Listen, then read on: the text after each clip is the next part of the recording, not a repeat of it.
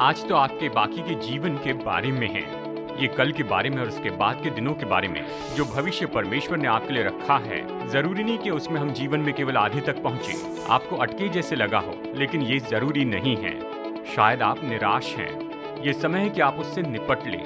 अगर आप अनिश्चित हैं, तो आप स्पष्टता पा सकते हैं। शायद आप न जाने आगे क्या है, पर परमेश्वर जानते हैं। वो वहाँ आपका और आपके कल का इंतजार कर रहे हैं। तो इसमें कदम बढ़ाएं और आपके जीवन के लिए परमेश्वर की उपस्थिति और उद्देश्य जान लें। आज से शुरू करते हैं, अभी शुरू करते हैं। ये समय है कि आगे बढ़ें। ये समय है कि हम अपनी परिस्थितियों के ऊपर आए, डर पर जयवंत हो, विश्वास से भविष्य का सामना करें, भूतकाल पर जयवंत हो जाएं और महान बातों को प्राप्त करने के लिए प्रोत्साहित हो। अपने जन्म के अधिकार का दावा करें, उसकी सामर्थ की घोषणा करें और प्रभु की प्रतिज्ञाओं का दावा करें। परमेश्वर ने हमारे लिए बहुत कुछ रखा है। ये रुकने का समय नहीं है, ये समय है कि आगे बढ़ते जाएं। आज हमारे साथ जुड़ने के लिए धन्यवाद। डॉक्टर जर्मया की नई सीरीज फॉरवर्ड में अब देखिए डॉक्टर जर्मया की सामर्थ्य इंटरव्यू कि कैसे आगे बढ़े शीला वॉल्स के साथ। डॉक्टर जर्मया, आपसे मुलाकात करके बहुत अच्छा लगा। यहाँ आने के लिए धन्यवाद। हम जगह जगह पर मुलाकात करते हैं, देश के अलग अलग भागों में, क्योंकि हम महत्वपूर्ण बात पर चर्चा करने आते हैं। लेकिन ये तो अलग है। मुझे लगता है कि ये संदेश इसी समय के लिए है। आपके नए प्रोजेक्ट फॉरवर्ड के बारे में हमें बताइए। काश मैं ये कह सकता कि मैं भविष्यवाणी के रूप में जान गया था कि इस किताब की अभी इस समय जरूरत है। मैं बस इतना जानता था कि एक संदेश है जो मेरे दिल के लिए जरूरी और पहचान के लोगों के लिए जरूरी है। यानी अप्रैल 2019 के समय से ये संदेश तो 14 अप्रैल के दिन जन्मा था, वहाँ टॉमी वॉकर म्यूजिक कॉन्सर्ट में। हाँ, मुझे वो पसंद है। जी हाँ, वो हमारे चर्च में आए थे शीला, और हमने रविवार शाम कंसर्ट किया और वो खत्म होने पर था। और उन्होंने कहा जाने के पहले मैंने लिखा हुआ ये नया गीत आपके लिए गाना चाहूँगा, और उस गीत का नाम था आगे बढ़ना। और ये सच में सामर्थी था, और उन्होंने अपने वरदान में से उत्तम रीति से किया। गीत खत्म होने के बाद मैंने डाना से कहा, मुझे लगता है मेरी नई किताब का यही नाम है। और तब से लेकर अब तक मैंने और किसी बारे में नहीं सोचा है। आपकी लिखी हुई लगभग हर किताब मैंने पढ़ी है। जैसे आप जानते हैं कि मुझे आपकी किताबें पसंद है, लेकिन ये किताब ये आपके भीतर से है और इसका संदेश आपका है। क्या आपने इसी विचार से लिखा था? जी हाँ, अब तक लिखी हुई दूसरी किताबों से ज्यादा व्यक्तिगत बातें मैंने इसमें बताई हैं। और इसका कारण यही है शीला कि ये जो सिद्धांत हैं, उस समय मैंने इन्हें नहीं जाना था। यही वो चीजें हैं जो इतने साल से मुझे आगे बढ़ा रही थी, और उसे किताब के रूप में लिखना और अलग अलग अध्यायों में इसे बांटना, ये तो जरूरत थी। क्या आपके मन में कुछ खास पाठक थे जिनके लिए आपने ये किताब लिखी हुई है? सीनियर लोग या फिर शुरुआत करने वाले लोग? किसके लिए आपने इसे लिखा? जी, मैं मानता हूँ सबसे पहले हम खुद के लिए लिखते हैं। अवश्य इसका भाग वहाँ है। देखिए, आगे बढ़ना एक स्थान के बारे में नहीं, लेकिन एक दिशा में आगे बढ़ना है, और सभी को आगे बढ़ते जाना चाहिए, और खासकर विश्वासी। हाँ, निश्चय पास्टर ये महसूस करते हैं, और ये हुआ है कि काश मैं उस जगह पर वापस जा सकता था। लोग कहते हैं पुराना जमाना अच्छा था। मुझे याद नहीं आता वो कब अच्छा था। और निश्चय ही कुछ समय भविष्य में वो हमारे इन दिनों के बारे में अच्छा कहेंगे। 2020 को तो नहीं गिनेंगे। हाँ, सन मैं तो 2020 को हम गिनूंगी। कैलेंडर से निकाल देंगे। ये अच्छा विचार है। चलिए मुद्दे पर आगे बढ़ते हैं। फॉरवर्ड में सबसे पहली बात है सपना। आपने लिखा है आने वाले कल को आज देखना। इसका मतलब क्या है? देखिए, हम तो बस इसी तरह से बने हुए हैं। किसी जगह जाने के पहले हमें उसे अपने मन में देखना होता है। यात्रा शुरू करने के पहले हमें अपनी मंजिल पूरी तरह निश्चित करनी पड़ती है। और जिंदगी भर हमने नहीं जाना कि पूरा जीवन भर हम यही तो करते आए हैं। जैसे उम्र बढ़ती और आपको लगता है कि आपके जीवन में दिशा चाहिए, तो आपको प्रभु से पूछना है कि वो क्या चाहते हैं कि आप करें, और वही आपके लक्ष्य और सपना हो जाते हैं। कुछ लोग कहते हैं कि सपने देखना तो जवानों के लिए है, जिनके आगे पूरी जिंदगी पड़ी हुई है। लेकिन आप तो इस बात को बिल्कुल पूरी तरह अलग करते हैं। जब सपने देखना बंद करते हैं तो मरना शुरू हो जाता है। अगर जागने के लिए कोई कारण ही नहीं है, आपके करने के लिए कोई भी काम नहीं है, आगे क्या है इसके लिए प्रभु से कोई बुलाहट महसूस न करें, तो कुछ होता है और वो अच्छा नहीं है। अगली बात तो हमारे विश्वास के लिए बहुत ही खास बात है, प्रार्थना। मुझे ये बात बहुत पसंद आई कि आपने नहम्याह भविष्यवक्ता के जीवन का उपयोग किया कि आगे बढ़ने की प्रार्थना कैसी है, इसे क्यों चुना। खैर, नहम्याह की प्रार्थना तो उसके सपने से जुड़ी हुई थी। मैंने सोचा इन दोनों विचारों को इस तरह जोड़ना अच्छा होगा। बाइबल कहती है कि जब यहूदी इस्राएल में लौट आए और शहरपनाह फिर से बनाने लगे तो उन्होंने निराश होकर काम छोड़ दिया। नेहम्याह शूशन के राजमहल में था, गवर्नर के रूप में साम्राज्य के लिए काम कर रहा था और वो वापस जाकर शहरपनाह बनाने में मदद करना चाहता था। उसने कहा परमेश्वर ने ये मेरे दिल में रखा और यहीं ये सपना शुरू हुआ और वो प्रार्थना करने लग गया। और ये उसके दिल में इसलिए रखा गया क्योंकि वो अपने मित्रों के लिए प्रार्थना कर रहा था कि वो निर्माण नहीं कर रहे थे। उसका दिल टूट गया, वो आंसू बहाने लगा और उस प्रार्थना के दौरान प्रभु ने उसके दिल में रखा। देखिए, हम जब प्रार्थना करते हैं तो कितनी बार परमेश्वर कहते हैं अपनी प्रार्थना का उत्तर दो। सच कहा। नेहम्याह के साथ यही तो हुआ। लेकिन ये तो दिलचस्प है कि नेहम्याह ने जोखिम उठाई कि वो निराश चेहरा लेकर उस राजा के सामने गया। हाँ, वो राजा से मिलने गया और राजा ने पूछा तुम क्यों दुखी हो। और अगर उस परंपरा का अध्ययन करें तो दिलचस्प है कि ये तो मृत्युदंड के योग्य था। अगर राजा के सामने इस तरह से बैठे तो वो तो मार देगा। सच है। जब राजा ने पूछा तो कहा मैं इसलिए दुखी हूँ कि मेरे मित्र वहाँ यरूशलेम के नगर में हैं और शहरपनाह ढा दी गई है। जी, क्या आप इस अध्याय के बारे में बताएंगे जहाँ नेहम्याह ने जल्दी प्रार्थना की, क्योंकि लंबी प्रार्थना के लिए कई बार समय नहीं होता। यानी राजा के सामने है और लंबी प्रार्थना करने के लिए समय नहीं और जान जोखिम में है। देखिए, ये तो सच में बहुत अच्छा विचार है क्योंकि वो राजा के सामने था। ये राजा जो कि सच में अद्भुत राजा था और बाइबल कहती है कि उसने पूछा बता मैं तेरे लिए क्या करूं, और वचन बताता है तो मैंने प्रभु से प्रार्थना की और राजा से कहा। यानी मैंने ये वचन देखा, बस एक पल में ये सब कुछ हुआ। यानी ज्यादा समय नहीं होता है कि परिचय की बहुत सी बातें बताएं। यानी परमेश्वर से प्रार्थना करते हैं और इसे तुरंत प्रार्थना कहा जाता है। हमें पता है प्रभु मदद कीजिए कहना कैसा है। जी, सच मुझे है। पता नहीं क्या करूं। अपनी प्राथमिकता चुनना ये दिलचस्प होता है और ऐसे खास समय में लोगों का ध्यान लाखों दिशाओं में जाता है। तो आपने कैसे सीखा कि प्राथमिकता रखें और ध्यान भटकाने वाली बातें दूर रखें? मैंने ये बात सीखी है कि अगर आपको ज्यादा के लिए हाँ कहना है तो जो कुछ कर रहे हैं उसमें कुछ के लिए नहीं कहना होगा। ये मेरे लिए बहुत मुश्किल पाठ था क्योंकि जब भी लोग मुझे कुछ करने के लिए कहते हैं तो मैं हमेशा हाँ कहता हूँ। लेकिन जरूरी है कि अपने सपने को जानना है और जहाँ प्रभु ले जाना चाहते हैं वहाँ जाना है। आप सब कुछ नहीं कर सकते हैं। जी, मुझे भी ये सीखना पड़ा कि नहीं, ये पूरा वाक्य है। जी सच है, ये सच में है। अब मैं पूछना चाहूंगी कि प्राथमिकता तय करने के लिए प्रभु यीशु ने हमें क्या सिखाया है? खैर, जानते हैं एक बार उससे पूछा गया सबसे महत्वपूर्ण क्या है, तो उसने कहा सबसे महत्वपूर्ण है कि परमेश्वर से प्रेम रखें अपने पूरे दिल से, और दूसरी बात दूसरों से प्रेम रखें, और तीसरी बात है जिससे लोग चकित होते हैं कि खुद से प्रेम रखें। इसे अक्सर गलत समझा जाता है लेकिन जरूरी नहीं कि इसे पूरी तरह अनदेखा करें। पड़ोसी से अपने समान प्रेम रखें। जब तक ये न जाने कि खुद की देखभाल करना कितना महत्वपूर्ण है, आप दूसरों को कुछ भी नहीं दे सकते हैं। डॉक्टर जरमाया, आप अपनी व्यक्तिगत प्राथमिकताएं कैसे तय करते हैं? मैं सोचता हूँ मेरी प्राथमिकताएं मुझे ऑर्गेनाइज करती हैं और यही तो मैं महसूस करता हूँ। मेरी बस एक ही बुनियादी प्राथमिकता है जो मुझे ले चलती है कि मैं समर्पित हूँ, कि वचन सिखाने के काम में समर्पित रहूं। उसने मुझे इसीलिए बुलाया है और ये मेरे लिए बहुत मुश्किल है कि जिसका इससे संबंध नहीं है उसे अपने जीवन में जोड़ते जाऊं। मैं ऐसा करता हूं लेकिन अक्सर ऐसा नहीं करता, और जब भी करता हूं तो इसका ज़्यादा उत्पादन नहीं होता क्योंकि मैं जो कुछ भी करता हूं वो तो इतना जुड़ा है जिसके लिए मैं विश्वास करता हूं कि ये मेरे लिए महत्वपूर्ण है। मैं नहीं सोचता यही प्राथमिकता है या सभी के लिए बस यही प्राथमिकता है, पर ये मेरी प्राथमिकता है। आपने इस किताब में अगले कदम में हमें सिखाया फोकस के बारे में। बहुत से लोग अपने भूतकाल में फंसे रहते हैं।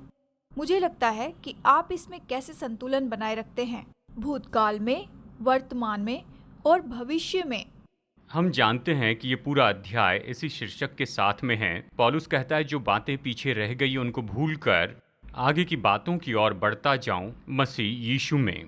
पौलुस ये नहीं कह रहा है कि मेरा भूतकाल मिटा दिया गया है, पर वो ये कह रहा था कि मैं अपने भूतकाल को अपने वर्तमान और भविष्य पर हावी नहीं होने दूंगा। और जब इसके बारे में सोचते हैं तो पौलुस को भूलने के लिए कुछ भयानक बातें थी। जानते हैं, वो तो चर्च को बहुत ज़्यादा सताने वाला था। उसने लोगों के विश्वास के कारण उन्हें मारा और उन्हें जेल में भी डाला। लोगों के जीवन में बुरी बातें होती हैं, वो उससे परे नहीं हो सकते हैं, पर पौलुस में कुछ अच्छी चीज़ें भी थी। वो तो फरीसियों का फरीसी था। यानी बाइबल में उसके बारे में 2 बार बताया गया है कि शायद उसके जैसे कोई न होगा। वो इतना पढ़ा लिखा था और उसके लिए बहुत कुछ हो रहा था, और फिर भी पौलुस कहता है, न मेरी असफलताएं ना ही मेरी सफलता मेरे जीवन पर नियंत्रण करती हैं। मैं उन चीज़ों को खुद पर नियंत्रण करने नहीं देता। भविष्य के लिए मेरे पास लक्ष्य है और वही मुझे आगे लेकर चलता है। आपने ये क्यों लिखा कि एक ही बात को मुख्य बनाए? एक चीज़ के साथ आना आसान नहीं है, जी, लेकिन जब आप जानते हैं कि परमेश्वर क्या करवाना चाहते हैं, उसके बारे में सोचते हैं, तो पूरे जीवन भर काम करेंगे कि निश्चित करें कि उसे अपनी जगह पर रखें, अपनी प्राथमिकता के रूप में, और ये हर एक दिन पर प्रभाव डालता है। जी। मुझे अगली बात बहुत पसंद है और वो है जोखिम। सेफ जोन से बाहर आना और जोखिम उठाना मुझे पसंद है। हम सोचते हैं कि ये खतरनाक, लापरवाह व्यवहार है। पास्टर के रूप में आपको ये जरूरी क्यों लगता है कि हमें अपनी सुरक्षा की जगह से बाहर आना जरूरी होता है? मैं सच कहूंगा शीला कि जोखिम ये शब्द तो संसार का शब्द है विश्वास के लिए। जी, अनजाने में रहना जहाँ की आप परे देख नहीं सकते हैं। अगर विश्वासी के रूप में आप जोखिम उठाने को तैयार नहीं, विश्वास में नहीं चलना चाहते, तो आगे नहीं बढ़ सकते, जी। और आप हमेशा अगले सुरक्षित स्थान की राह देखते रहेंगे और कभी आप आगे नहीं बढ़ पाएंगे अपनी सुरक्षा से परे। और बहुत से विश्वासी ऐसे ही हैं, और बाइबल हमें इसकी अनुमति नहीं देती है। बाइबल ऐसे लोगों की कहानियों से भरी है जो परमेश्वर के साथ चलने में जोखिम उठाए, और यहीं पर आनंद है, यहीं पर उन्नति है। और आपने इसके बारे में कालेब के जीवन से बताया। जी हाँ। इसके बारे में बताइए। खैर, कालेब ऐसे लोगों में से था जो कनान देश में गए थे, वहां का भेद लेने के लिए गए थे, बस ये देखने के लिए कि परमेश्वर ने जो कहा वो सब वहां पर है। और जब वो कनान में पहुंचे तो 10 लोगों ने देखा कि वहां के लोग तो दानवों के जैसे हैं, और उन्होंने वापस आकर कहा कि हम वहां नहीं जा सकते हैं, हम तो टिड्डियों के समान हैं और वो दानव जैसे हैं, हम नाश हो जाएंगे। कालेब और यहोशू वापस आए। उनके पास अलग खबर थी, पर वो अल्पसंख्या में थे। उन्होंने हर जोखिम उठाकर कहा, यह सच नहीं है, हम ऐसा कर सकते हैं। मैंने हमेशा यही सोचा, 10 लोग जिन्होंने कहा हम नहीं कर सकते, उन्होंने खुद की तुलना दानों के साथ में करने की गलती की थी। कालेब और यहोशू ने परमेश्वर के साथ अपने आप को नापा। उन्होंने जाना कि वो इसे नहीं कर सकते हैं, लेकिन उनके पास महान परमेश्वर हैं जो उनकी मदद कर सकते हैं कि ये जोखिम उठाए। और आप ये कहानी जानते हैं, जिन लोगों ने विश्वास नहीं किया वो भेदिए तो तुरंत नाश हो गए, और जिन्होंने भेदियों पर विश्वास किया उनके पास 40 साल थे कि वो सब मर जाएं, इसके पहले कि प्रतिज्ञा के देश में जाने की अनुमति मिले। और फिर जब सब हो गया तो ये 2 लोग जिन्होंने जोखिम उठाई, कालेब और यहोशू, उन्हें जाने का सौभाग्य मिला। अद्भुत है। विश्वास के क्षेत्र में रहने के लिए आत्मिक लाभ क्या हैं? खैर, एक बात बताता हूँ जो उत्साहित करने वाला है और ये रोमांच से भरा है। जी, हर दिन आपको कहना है, प्रभु आज जो कुछ भी आता है मदद कीजिए कि मैं उसे समझूं और आप जो चाहते हैं मैं वही करूं। हर दिन विश्वास से जीऊं, आप पर भरोसा रखूं। ये तो प्रतिदिन की बात है, लेकिन इसके साथ में और भी बड़ी चीजें आती हैं। मुझे याद है जब हमने पहली बार रेडियो स्टेशन का समय लेना चाहा, वो हमें डराने वाला था क्योंकि उतना पैसा हमारे पास नहीं था। हमें महसूस हुआ प्रभु इसके लिए बुला रहे हैं। मुझे याद है मैंने कहा हाँ, और मुझे कुछ पता नहीं था कि ये कैसे होगा। ये विश्वास है। जी, बहुत ही पतली रेखा है विश्वास और मूर्खता में। सच हमें है। सावधान रहना होगा। ऐसे नहीं कि पागल होकर कहें मैं ऐसे करूंगा और प्रभु आशीष देंगे। जी, लेकिन जब हम विश्वास का कदम उठाते हैं तो प्रभु को आदर मिलता है कि उसकी प्रतिज्ञा पूरी करने के लिए उस पर भरोसा रखें। अगली बात आपने बताई कि अपने सपनों के पीछे भागें। मैं सोचती हूँ कि सभी लोग इसके दोषी हैं। हम छोड़ देते हैं, हिम्मत हार जाते हैं। और मैं एक सवाल पूछना चाहती हूँ, क्या परमेश्वर की इच्छा और योजना जानना हमारे लिए संभव है? मैं विश्वास करता हूँ कि ये संभव है। प्रभु क्या करवाना चाहते हैं आप इसे जान सकते हैं। मैं जानता हूँ लोगों के दिल को संभावना भर देती है, क्योंकि वो सोचते हैं कि हाँ, अगर परमेश्वर मुझसे ये करवाना चाहते हैं तो ठीक है, इसे करते हैं, बस इसमें जुड़ जाते हैं। मैंने लोगों को ये सिखाते सुना है। वाओ! प्रभु ने अपनी भूमिका निभाने का वादा किया, इसका मतलब ये नहीं कि हम अपनी भूमिका न निभाएं। और मैं सोचता हूँ कई लोगों का दिल यहीं पर भटक जाता है। वो सोचते हैं कि जिज्ञासा निश्चय ही मसीह जीवन में मूल्य नहीं रखती है। देखिए, स्वार्थी जिज्ञासा गलत है, लेकिन भक्तिपूर्ण जिज्ञासा सही है। प्रभु अपेक्षा करते हैं कि जिस काम के लिए हमें बुलाया उसके लिए हम जिज्ञासा रखें और बस बैठकर कुछ होने की अपेक्षा न करें, जैसे कि बहुत से लोग करते हैं। प्रभु चाहते हैं कि हम आगे बढ़ते जाएं और जो लक्ष्य उसने रखा है उसके ओर आगे बढ़ते जाएं। आपको क्या लगता है कि हर एक विश्वासी सपने देखने की हिम्मत करे और प्रभु से पूछे, कि उद्देश्य क्या है और उसके अनुसार करे। वो तो निश्चय इस दुनिया से बहुत अलग होगा। मुझे पता नहीं ऐसे करने वाले कितने प्रतिशत लोग हैं, और शायद हम जो कल्पना करते हैं उतने ज़्यादा तो नहीं हैं। लेकिन जब आप ऐसे किसी व्यक्ति के साथ होते हैं तो ये हमको भी लग जाता है। आप महसूस कर सकते हैं कि ये स्त्री, ये पुरुष, परमेश्वर के पास इनके लिए योजना है और इन्होंने उसमें निवेश किया है। जी, आपने अगला कदम बताया, विश्वास, अपना मन सही करना। आप हमें फर्क बताइए। जब हम जाते हैं बुक स्टोर में, वहाँ पर बहुत सी किताबें हैं, सेल्फ हेल्प और साइकोलॉजी, लेकिन विश्वास करने में बड़ा फर्क होता है, और प्रभु पर विश्वास करना सकारात्मक सोच से परे है। पौलुस कहता है, जो मुझे सामर्थ देता है उस मसीह में मैं सब कुछ कर सकता हूँ। ये कोई सामान्य प्रेरणा नहीं, ये तो सच है। आत्मिक प्रेरणा है। एक जगह पौलुस ने उसके विरुद्ध में आने वाली सारी चीज़ों की सूची बनाई और वो कहता है, मैं इन सब के ऊपर जयवंत से भी बढ़कर हूँ। मुझे ये बहुत पसंद है। इसमें बड़ा शब्द है नाइकी, और नाइकी शब्द का मतलब है अद्भुत है। विजय। पौलुस कहता है, ये सब हाँ। मेरे विरुद्ध में है, लेकिन मैं इन पर जयवंत हूँ। अद्भुत है। सुपर जयवंत। पौलुस एक सकारात्मक व्यक्ति था। हमें ऐसे और ज्यादा लोग चाहिए जो खड़े रह सके और अपने विश्वास के बारे में सकारात्मक हो। हाँ, जब पाप की बात आती है उससे निपटना है, उसे कभी अनदेखा नहीं करना है। लेकिन जीवन यानी विश्वासी है तो ये परमेश्वर के साथ सकारात्मक रूप में चलना है। आपको क्या लगता है कि बहुत से विश्वासी या फिर चर्च के लोग सकारात्मक के बजाय नकारात्मक होते हैं? ये नकारात्मक सोच हमारे विश्वास पर क्यों प्रभाव डालती है? मतलब हमें इस पृथ्वी पर सकारात्मक लोग होने चाहिए। हम जो विश्वास करते, अगर सच में विश्वास करते हैं कि ये परमेश्वर से हैं, तो प्रभु की मदद के लिए भरोसा करके सकारात्मक हो सकते। लेकिन अक्सर क्या होता है, इसे नैतिकता कहते हैं। हम विश्वासी हो जाते हैं और सोचते हैं कि अपना स्तर बनाए रखना अब हम पर है, सही तो हम है। सामने आने वाली हर बात का इनकार करते हैं और इस तरह से एक नकारात्मक व्यक्ति बन जाते हैं। वाओ। सकारात्मक रहने में बाइबल ने आपकी मदद किस तरह की? मुझे पता है कि आप मुश्किलों में से गए हैं, बार बार गए, और प्रभु वचन ने आपकी सकारात्मक रहने में मदद किस तरह की? जी, अगर हम बाइबल पढ़ते हैं तो इन लोगों को बार बार देखते हैं, जो कि उदाहरण के लिए यूसुफ हैं। उसके भाई उसे मार देना चाहते थे और उसने वाक्य कहा कि तुमने बुराई चाहिए लेकिन परमेश्वर ने इससे भलाई उत्पन्न की। अद्भुत है। और बहुत सी ऐसी कहानियां हैं, जैसे कि दानियल। अगर आप बाइबल पढ़ें तो आप बार बार इन लोगों को देखते हैं और आप ये सोचते हैं, मेरे पास शिकायत का अधिकार नहीं है। वचन में ये सब जिनमें से ये लोग होकर गए, वो तो आज हमारे युद्धों को बहुत ही छोटा बनाते हैं। जी। और सच में हमारे लिए कोई कारण नहीं कि हम नकारात्मक हो जाएं, अगर हम उस परमेश्वर को जानें जिसके बारे में हम कहते हैं। ये सच में बहुत ही अद्भुत नजरिया है। अगला तो मुझे पसंद है, निवेश करें, अपना जीवन सही करें। इसका मतलब क्या होता है? खैर शीला, आप अपना जीवन ऐसा जी सकते हैं कि आपके जाने के बाद भी वो आगे बढ़ेगा। देखिए, ये दो चित्ती बात नहीं है।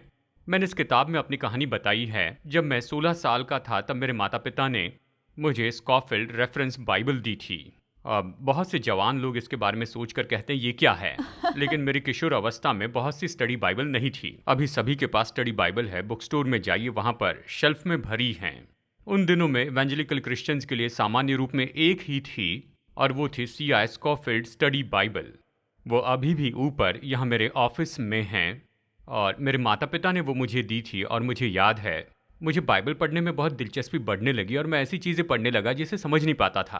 और अक्सर बाइबल में वहाँ पर नोट होता था, और ख़ास करके भविष्यवाणी के बारे में बताते हुए, क्योंकि वो अच्छे प्रोफेटिक राइटर थे। एक दिन मैं वो बाइबल पढ़ रहा था और मैंने पाया कि वो तो 1909 में लिखी गई है। वाओ। मैं 50 और 60 के दशक की बात कर रहा हूँ। मैंने जाना ये मनुष्य तो अभी स्वर्ग में हैं, और मैं वहाँ पर था और बैठकर उनकी बाइबल का अध्ययन कर रहा था। वो जी तो नहीं रहे थे, फिर भी जीवित थे। सन 2013 में मैंने एक स्टडी बाइबल लिखी है। मुझे पसंद है। और मेरी प्रार्थना है कि यानी जब मैं भविष्य में नहीं रहूँगा, अगर प्रभु के आगमन में देरी होती है तो कोई ना कोई उसे पढ़ेगा, जैसे मैंने स्कोफिल्ड बाइबल पढ़ी थी। और मेरे यहाँ नहीं रहते हुए भी उनके जीवन पर मैं प्रभाव डालूंगा। पूरा अध्याय ऐसा जीवन जीने के बारे में है जो आप निवेश करते हैं प्रभु के वचन में, प्रभु के काम में और प्रभु के धन में, इस तरह से कि आपके बाद भी रहें। शायद कोई दर्शक पूरे समय की सेवकाई में नहीं है, किसी भी तरह सेवा में नहीं है, तो फिर कैसे वो भविष्य में निवेश कर सकता है? खैर, मैं सोचता हूँ ये 3 चीजें बहुत ही मुख्य हैं कि वचन का अध्ययन करें और दूसरों को बताएं। क्या आप जानती हैं शीला कि केवल 2 ही चीजें अनंत काल की हैं, परमेश्वर का वचन और मनुष्य की आत्मा। यानी जब परमेश्वर के वचन में निवेश करते हैं और मनुष्य की आत्माओं में निवेश करते हैं, तो आप अनंत काल की चीजों में निवेश कर रहे हैं जो वहां स्वर्ग में आपके पहले जाएंगे और वहां रहेंगे। बाइबल तो हमेशा के लिए है, मनुष्यों में हमेशा रहने वाला आत्मा है। जब आप उनमें निवेश करते हैं, उदाहरण के लिए सुसमाचार बताते हैं और वो विश्वास करने लगते हैं, तो उनके अनंत काल में आपने निवेश किया है और एक दिन आप स्वर्ग में होंगी। कई साल पहले एक गीत लिखा गया था जिसका नाम है धन्यवाद, और ये इस बारे में है कि स्वर्ग के सब लोग जी, आकर बिल्कुल। आपको धन्यवाद देंगे कि मुझे यीशु के बारे में बताया और मैं स्वर्ग में आ मैं पाया। उद्धार पाकर बच गया। बिल्कुल मुझे सही। ये बहुत पसंद है क्योंकि इन दिनों में लोग परवाह करते हैं आर्थिक निवेश की और बाकी सब चीजों की परवाह करते हैं। हम निवेश कर सकते हैं हमारे बच्चों में, परिवार में, मित्रों और सहकर्मियों में। ये ऐसा है जो हर कोई कर सकता है। देखिए, ये बात तो बिल्कुल सच है। एक तो आप अपने निवेश से दूर जा रहे हैं या उसके करीब जा रहे हैं। अगर आपका निवेश इस पृथ्वी पर है और केवल इतना ही है, तो आप उससे दूर जा रही हैं, आपके पास वो नहीं रहेगा। लेकिन अनंत काल में अगर आप निवेश करेंगे तो उसकी ओर बढ़ रहे हैं, आपका निवेश अभी भी आगे है। ये अद्भुत है। फिर आपने बताया जब तक पूरा ना कर लें, पूरा नहीं हुआ, यानी पूरा करना है। और इसे पढ़ते हुए डॉक्टर, मैं सोचती हूँ कि ये आपका बहुत व्यक्तिगत लिखा हुआ चैप्टर है। जी, क्योंकि मैं अपने जीवन में इसी समय में हूँ। मैं समय का उपयोग करना चाहता हूँ। यानी अगर मरे नहीं है तो काम पूरा नहीं हुआ। वो मुझे उतना काम करने नहीं देते हैं, काश मुझे बेहतर पसंद होता। है। अगर काम पूरा नहीं हुआ तो खत्म नहीं हुआ, और मैंने मजबूती से पूरा करने के बारे में बताया है। मैं यही कहूँगा, मैं जितने भी साल जीवित रहा, जिसमें आगे का समय भी है, मैं हर दिन उत्साहित होकर जागा हूँ कि वही करूँ जिसके लिए प्रभु ने मुझे बुलाया है। दूसरे लोगों के जैसे ही मेरे भी जीवन में बुरे दिन रहे हैं, लेकिन मैंने कभी नहीं सोचा कि मेरे प्रभु बाकी जिंदगी में क्या करूँगा। मैं जानता हूँ मैं जो कुछ भी पूरा करना चाहता हूँ उसे खत्म करने के पहले मेरी जिंदगी खत्म होगी। मैं बहुत खुश हूँ कि पिछली किताब के बाद आप नहीं रुके और इस किताब ने मुझ पर बहुत प्रभाव डाला है। तो अच्छे से पूरा करना ये एक और कदम है। जी, उत्सव मनाएं। जी, पसंद है। मैं सोचता हूँ कि ये इतना सामर्थी है क्योंकि बहुत से लोग ये सोचते हैं ठीक है, ये जिंदगी तो एक कंपार्टमेंट के जैसे यहाँ है और फिर उसके बाद बड़ा बदलाव होगा और आप स्वर्ग में चले जाएंगे। और मैं सोचता हूँ हम अभी जो कुछ भी कर रहे हैं वो सब हम स्वर्ग में करेंगे और ध्यान भटकाने वाली कोई बात नहीं होगी, बिना किसी समस्याओं के। उदाहरण के लिए स्वर्ग में हम काम करेंगे, जी, सच कहा। पर कभी थकेंगे नहीं। हम जो भी शुरू करेंगे उसे पूरा कर पाएंगे, कोई भी विरोध नहीं होगा। यानी प्रभु के लिए बड़े आनंद और अद्भुत रीति से काम करते जाना होगा। और अभी जो करते हैं ऐसे बहुत से काम वहां पर भी करेंगे। स्वर्ग में एक काम नहीं कर सकते हैं, वो है प्रचार, जो कि मेरे लिए बहुत ही मुश्किल होगा क्योंकि जैसे हम पहले से जानते हैं कि वहां पर वाह। आराधना होगी। लेकिन देखिए, मैं सोचता हूँ कि स्वर्ग तो ऐसा होगा, यानी हमने यहाँ पर जो कुछ भी करना शुरू किया उसमें से सारी नकारात्मकता निकाल दी जाएगी। हम सबके लिए ये साल तो बहुत ही चुनौतियों से भरा हुआ था। तो स्वर्ग की ओर देखते रहने में आपकी व्यक्तिगत मदद कैसे हुई? खैर, मैं ईमानदारी से आपको बताऊं शीला कि मैं दिन भर बैठकर स्वर्ग के बारे में सोचता नहीं रहा। मैं आभारी हूं कि मैं उसके बारे में जानता हूं और मेरे लिए कैसा होगा। और एक दिन जब मेरा यहाँ पर प्रभु का काम पूरा होगा, मैंने योजना बनाई कि पूरा अनंत काल वहाँ पर बिताऊंगा। मैं ये जानता हूँ कि वो वहाँ पर है, लेकिन ऐसे भी बहुत से लोग हैं जो यीशु को नहीं जानते। उनका जीवन व्याकुलता में है, वो अपने जीवन के अंत में आ जाते हैं। डैलस सेमिनरी में जब मैं विद्यार्थी था, मैं बेलर हॉस्पिटल में एक चैपलिन के रूप में था। वो मेरा पहला काम था। मुझे पता नहीं था मैं क्या कर रहा हूँ, लेकिन मुश्किल तरीके से मैं कुछ सीखा। मेरा एक काम था कि मैं बीपर लिए चलता था और जब भी वो बचता था तो ये बताता फैमिली रूम में कोई है जिन्हें मदद की ज़रूरत है। और जब मेरा समय खत्म होता तो कोई कमरे में आता था और बिना कुछ कहे बताए जाता मैं जिनसे बात कर रहा हूँ क्या वो विश्वासी हैं या अविश्वासी। क्योंकि जो लोग यीशु मसीह को नहीं जानते हैं उनके जीवन में व्याकुलता तो इतनी ज़्यादा है। मुझे याद है एक बहन घुटनों पर आ गई थी, अपना सिर फर्श पर पटक रही थी क्योंकि उसका बेटा मर गया था। और मैंने ये भी जाना कि मैं इस कमरे में आया हूँ और ये आंसू बहा रहे हैं, लेकिन वो ऐसे आंसू थे जो कई बार मुस्कान के साथ होते थे, पर ऐसे वो प्रेम और स्मरण के होते थे, लेकिन व्याकुलता के नहीं। जी। तो स्वर्ग यही फर्क लेकर आता है। स्वर्ग इसे योग्य बनाता है। क्या स्वर्ग में कुछ ऐसी खास बात है जिसका आप इंतजार कर रहे हैं? मेरे मन में बहुत से सवाल हैं जिनका उत्तर मैं नहीं जानता हूँ, और वहाँ ऊपर कुछ बुद्धिमान लोग होंगे जो उत्तर जानते हैं, जो वैसा जीवन जिए हैं। ये जानना अद्भुत है कि हम अनंत काल तक वहाँ यूहन्ना, पौलुस और तिमुथियुस के साथ रहेंगे, और सबसे बढ़कर प्रभु यीशु मसीह के साथ होंगे। जी, मुझे एक बात पसंद है जो आपने कही कि व्यक्तिगत जिम्मेदारी उठाएं आगे बढ़ने के लिए। परमेश्वर हमसे क्या अपेक्षा करते हैं? मुझे लगता है कि लोग कहेंगे कि मैं इसे अपने आप में तो नहीं कर सकता हूँ। परमेश्वर भी हमें ऐसा नहीं कहते हैं। देखिए, एक चित्र जो मेरे मन में था, जिसके कारण ये किताब लिखी, जो एंटी राइट का एक वाक्य था जो उन्होंने इस तरह से कहा था। उन्होंने कहा, विश्वासियों के जीवन में 2 दहलीज होती हैं। जब विश्वासी बनते हैं तब एक दहलीज, और जब स्वर्ग में जाते हैं तो एक और दहलीज।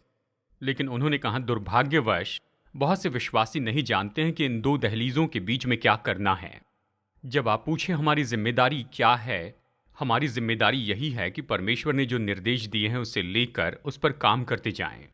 परमेश्वर क्या चाहते हैं कि हम क्या करें, इसके बारे में हमारे मन में संदेह न हो, क्योंकि वचन में उसने हमें बता दिया है। और देखिए, बाइबल के बारे में अलग अलग रवैये होते हैं, यानी अनुवाद करना और निरीक्षण करना और फिर उपयोग करना। और पिछली 2-3 किताबें जो मैंने लिखी हैं, मैंने महसूस किया कि परमेश्वर मुझे उपयोग करने वाले भाग के बारे में कहते हैं। केवल इसीलिए हमारी समस्या तो ये समस्या नहीं है कि हम क्या जानते हैं और क्या नहीं जानते हैं। हमारी समस्या ये है कि हम क्या जानते हैं और उसे नहीं करते हैं। वाह! अगर चर्च को संसार पर प्रभाव डालना है तो निश्चय ही इसे बदल जाना होगा। हमें क्या करना है ये सब कुछ हमें पता है, पर हम ऐसा नहीं करते। जी। अब मेरी प्रार्थना है कि ये किताब लोगों को आगे बढ़ाएं उन बातों में जो परमेश्वर ने अपने वचन में रखी हैं, ताकि हम जिसके लिए उसने बुलाया उसे हासिल कर सकें। तो ये आपकी प्रार्थना है कि लोग जब इस पूरे अध्ययन को सुनेंगे तो प्रभु से व्यक्तिगत रूप में सुनेंगे, तो लोग अपने जीवन में सामने देखेंगे, आगे देखेंगे और पीछे नहीं देखेंगे। जी हाँ, और बहुत से लोग इसे अच्छे से जानते हैं। जी पर इसे करना होगा और डटे जी। रहना है, मन को सही करना है। जी।